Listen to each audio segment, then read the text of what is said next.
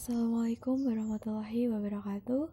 Perkenalkan, kami dari kelompok 2 yang beranggotakan Celia Dinata, Sinta Anisatul, dan Yeni Rahmawati akan membahas sedikit materi tafsir ekonomi mengenai al-iqtisad dan tauhid.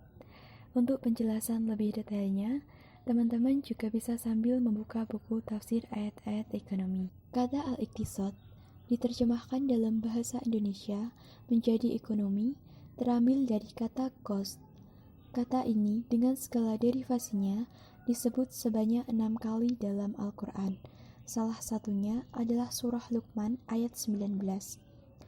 Al-Isfahani menuliskan bahwa makna kata al-iqtisad yang akar katanya adalah al-qasd bermakna istiqomah atorik atau jalan lurus.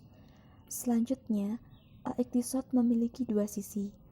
Salah satunya adalah yang mahmud atau terpuji, seperti al-jud atau kesederhanaan, merupakan sifat yang baik antara al-israf atau boros dan al-bahal atau pelit.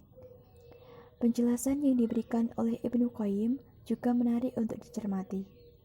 Menurutnya, perbedaan di antara al-iqtisad dan al-syuh adalah al-iqtisad merupakan akhlak terpuji yang lahir dari dua sifat mulia, adil dan hikmah. Adapun al-syuh adalah akhlak yang buruk dan lahir dari buruk sangka dan kelemahan diri. Pada surah Luqman ayat 13-19, makna qasad adalah al-tawasud. Di samping makna tawasud atau moderat, kata al-qasd juga bermakna lurus. Dengan demikian, kata qasd memiliki banyak arti. Kata tersebut dapat diartikan dengan moderasi, konsistensi, tekad dan arah, baik tekad itu menyangkut sesuatu yang baik maupun yang buruk. Bentuk lain dari kata qasd adalah muktasid. Penjelasan makna muktasid tersebut seperti terdapat dalam surah Fatir ayat 32. Secara umum, ayat tersebut menjelaskan 3 kelompok manusia terpilih Alkitab. Para ulama tafsir menjelaskan bahwa yang dimaksud dengan Alkitab adalah Al-Quran Al-Karim.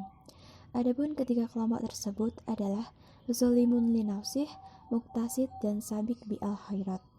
Dalam pemikiran Al-Maragi, al-muktasid adalah mereka yang berada di tengah antara zolimun linafsih dan sabik bi al-khairat. Kata-kata al-qasd dengan berbagai derivasinya juga ditemukan dalam Quran Surat At-Taubah ayat 42 dan Quran Surah Luqman ayat 32.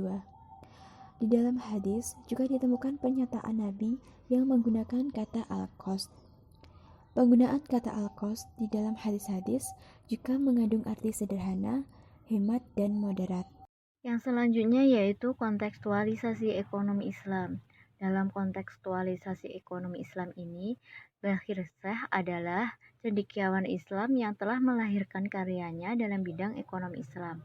Buku itu berjudul Istishhaduna yang artinya ekonomi kita. Para penulis ekonomi Islam kontemporer juga mengikuti jejak beliau dan menulis buku dengan menggunakan kata al-istishhad.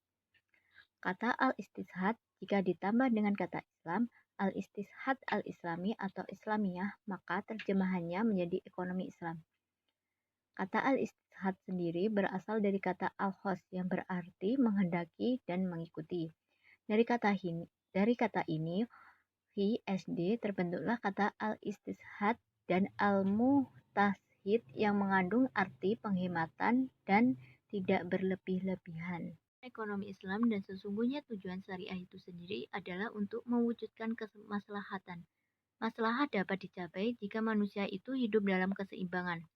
Ekonomi Islam bertujuan untuk mewujudkan dan menciptakan kehidupan yang seimbang di antaranya, yaitu mencakup keseimbangan fisik dan mental, material dan spiritual, individu dan dengan sosial, masa kini dengan masa depan, serta dunia dengan akhirat.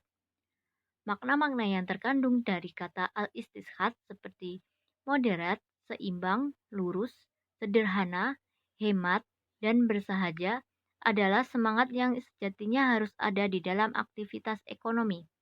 Dalam bahasa yang sedikit berbeda, al-istishhad itu bermakna efisiensi, untuk memacu kinerja yang lebih baik dari sebelumnya. Hal-hal yang telah dijelaskan di atas dapat kita simpulkan bahwa ilmu ekonomi Islam itu mempelajari aktivitas maupun perilaku manusia secara aktual atau empirikal, baik dalam produksi, distribusi, maupun konsumsi, dengan berlandasan syariah Islam, dengan bersumber dari Al-Quran dan As-Sunnah, dengan tujuan untuk mencapai kebahagiaan dunia dan akhirat. Berikutnya untuk pembahasan yang kedua yaitu tentang Tauhid.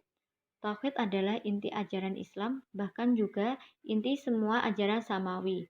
Dalam ilmu kalam, kata Tauhid dimaknai dengan paham memahaesakan Tuhan atau ketuhanan yang Maha Esa. Perlu digarisbawahi, Tauhid sesungguhnya bukanlah sekedar sikap percaya kepada Allah. Lebih penting dari itu adalah bagaimana kita memiliki pengertian yang benar tentang siapa Allah yang kita percaya itu dan bagaimana kita bersikap kepadanya serta kepada objek-objek selain Allah Subhanahu wa taala. Al-Qur'an surat Al-Zumar ayat 38 dengan artian ayat yang lalu diakhiri dengan sebuah pertanyaan retorik, bukankah Allah Maha Perkasa lagi Maha memiliki pembalasan? Maka berkaitan dengan itu, ayat-ayat berikut menegaskan bahwa Allah adalah pencipta alam semesta. Argumen tentang itu adalah jawaban yang diberikan oleh orang-orang musyrik Mekah sendiri yang menyembah berhala. Dan sungguh jika engkau wahai Nabi Muhammad SAW tanyakan kepada mereka orang-orang musyrik Mekah itu, siapakah orang yang menciptakan langit dan bumi? Niscaya mereka pasti menjawab, pencipta langit dan bumi adalah Allah Subhanahu wa taala. Oleh sebab itu, katakanlah kepada mereka, kalau begitu tahukah kamu bagaimana cara menerangkan kepadaku tentang kekuasaan apa yang dimiliki oleh berhala yang kamu sembah selain Allah itu? Jika Allah hendak memberikan rahmat kepadaku, apakah mereka berhala-hala itu dapat mencapai rahmatnya? Katakanlah, wahai Nabi Muhammad SAW, cukuplah Allah yang Maha Esa dan Maha Perkasa itu bagiku. Hanya kepadanya lah orang-orang yang bertakwakal, berserah diri serta berusaha sekuat kemampuannya.